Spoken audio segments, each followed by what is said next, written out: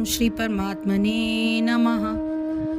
यत्रो परमते चित्तं निरुद्धं योग सेवया, यत्र चैवात्मनात्मानं पश्यन्नात्मनि तुष्यति। सुखमान्त्यनितकं यत् बुद्धि ग्राह्यमतिम् इन्द्रियं वेत्ति, यत्र न चैवायं स्थितश्चलति तत्त्वतः। यं लब्ध्वा चापरं लाभं मान्यते नाधिकं ततः। यस्मिन् स्थितो न दुःखेन गुरुणापि विचाल्यते, तं विद्याद्य दुःखसंयोग-वियोगं योगसंज्ञितं। स निश्चयेन योक्तव्यो योगार्निर्विण्णं चेतसाः। श्लोक संख्या 20, 21, 22 और 23। आज के इस एपिसोड में हम इन 4 श्लोकों को एक साथ एक्सप्लेन करेंगे, क्योंकि ये 4 श्लोक एक साथ आते हैं।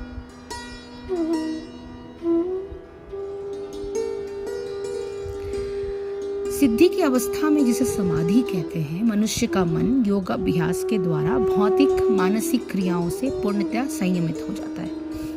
इस सिद्धि की विशेषता यह है कि मनुष्य शुद्ध मन से अपने को देख सकता है और अपने आप में आनंद उठा सकता है। उस आनंदमय स्थिति में वह दिव्य इंद्रियों द्वारा असीम दिव्य सुख में स्थित रहता है। इस प्रकार स्थापित मनुष्य कभी सत्य से विपत नहीं होता और इस सुख की प्राप्ति को हो जाने पर वो इससे बड़ा कोई दूसरा लाभ नहीं मानता।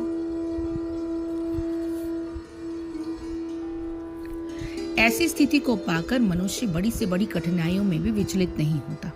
यह निस्संदेह भौतिक संसर्ग से उत्पन्न होने वाले समस्त दुखों से वास्तविक मुक्ति है। इसका तात्पर्य यह है कि योग अभ्यास से मनुष्य भौतिक धारणाओं से क्रमशः विरक्त हो जाता है। यह योग का प्रमुख लक्षण है। इसके बाद वो समाधि में स्थित हो जाता है। इसका अर्थ ये होता है कि दिव्य मन तथा बुद्धि के द्वारा योगी अपने आप को परमात्मा समझने का भ्रम न करके परमात्मा की अनुभूति करता है। योगाभ्यास बहुत कुछ पतंजलि की पद्धति पर आधारित है।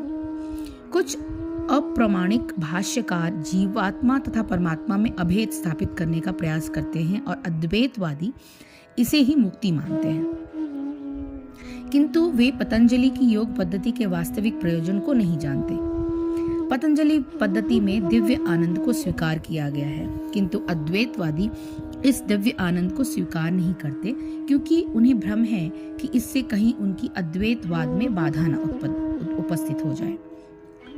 अद्वैतवादी ज्ञान तथा ज्ञाता के द्वैत को नहीं मानते, किंतु इस श्लोक में दिव्य इंद्रियों द्वारा अनुभूत दिव्य आनंद को स्वीकार किया गया है।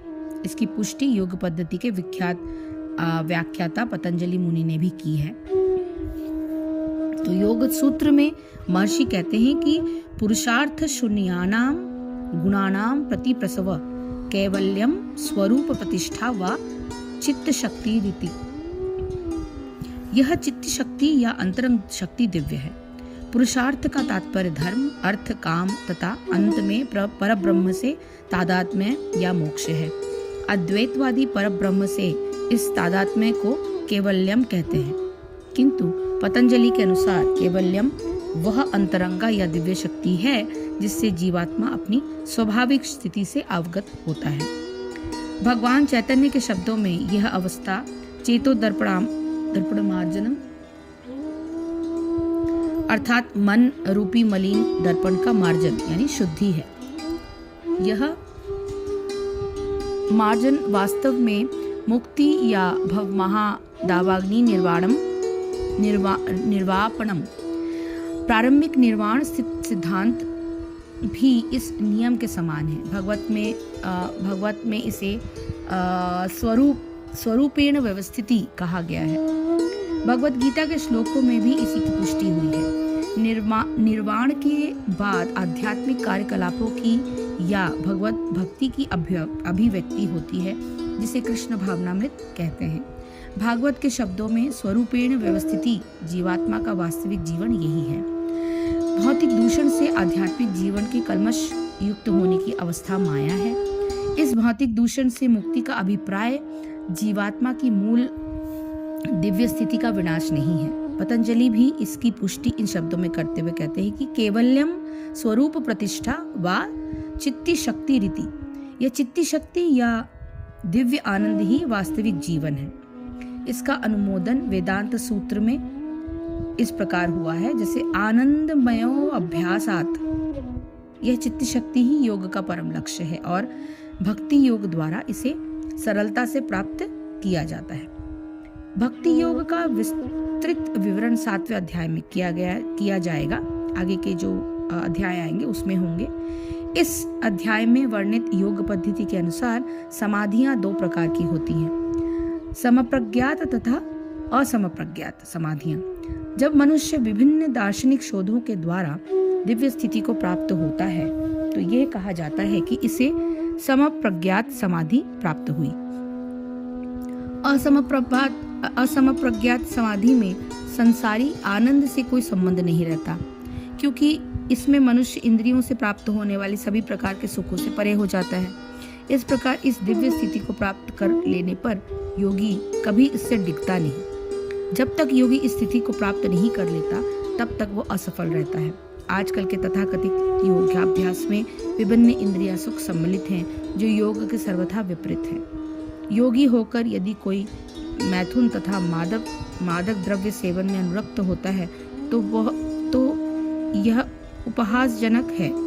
यहाँ तक कि जो योगी योग की सिद्धियों के प्रति आकृष्ट रहते हैं वे भी योग में आरूढ़ नहीं कहे जा सकते। यदि योगी जन योग की अनुषांगिक वस्तुओं के प्रति आकर्षित है तो उसे सिद्ध अवस्था को प्राप्त हुआ नहीं कहा जा सकता। जैसे कि श्लोक में कहा गया है, अतः जो व्यक्ति आसनों के प्रदर्शन या सिद्धियों के चक्कर में रहते हैं उन्हें यह समझ लेना चाहिए कि इस प्रकार के योग का मुख्य उद्देश्य ही समाप्त हो जाता है। इस योग में योग की सर्वोत्तम पद्धति कृष्ण भावनामृत है, जो निराशा उत्पन्न करने वाली नहीं है। एक कृष्ण भावना भावित व्यक्ति अपने धर्म में इतना सुखी रहता है कि उसे कभी किसी अन्य सुख की आकांक्षा नहीं रह जाती। इस दंभ प्रधान युग में हठ योग, ध्यान योग तथा ज्ञान योग का अभ्यास करते हुए अनेक अवरोध आ सकते हैं, किंतु कर्म योग या भक्ति योग के पालन में ऐसी समस्या सामने नहीं आती। जब तक यह शरीर रहता है तब तक शरीर की आवश्यकताओं, आहार, निद्रा, भय तथा मैथुन को पूरा करना होता है, किंतु जो व्यक्ति शुद्ध भक्ति योग में अथवा कृष्ण भावनामृत में स्थित होता है वह शरीर की आवश्यकताओं की पूर्ति करते समय इंद्रियों को उत्तेजित नहीं करता, प्रत्युत वह घाटे के सौदे का सर्वोत्तम उपयोग करके जीवन की न्यूनतम आवश्यकताओं को स्वीकार करता है और कृष्ण भावनामृत में दिव्य सुख भोगता है। यह वो दुर्घटनाओं, रोगों, अभावों और यहाँ तक कि अपने प्रियजनों की मृत्यु जैसी आपातकालीन घटनाओं के प्रति भी निरपेक्ष रहता है, किंतु कृष्ण भावनामृत या भक्ति योग संबंधी अपने कर्मों को पूरा करने में वह सदैव सचेष्ट रहता है। दुर्घटनाएं उसे कर्तव्य पथ से विचलित नहीं कर पाती। जैसा कि भगवत गीता में कहा गया है कि आगमा पायिनो अनित्यास्तान स्थित तिष्ठस्व भारत। वह इस प्रासंगिक घटनाओं को सहता है क्योंकि वह ये भलीभांति जानता है कि ये घटनाएं ऐसे ही आती जाती रहती हैं और इनसे उसके कर्तव्य पर कोई प्रभाव नहीं पड़ता। इस प्रकार वो योगाभ्यास में परम सिद्धि प्राप्त करता है। तो ये था श्लोक संख्या 20, 21, 22 और 23 को एक साथ समझाने का प्रयास। इसके आगे के श्लोकों में हम समझेंगे कि मनोधर्म क्या है, संकल्प श्रद्धा का योगाभ्यास में कैसे करें। हरिओम तत्सत, हरिओम तत्सत, हरिओम तत्सत। जय श्री कृष्णा, जय गुरुदेव।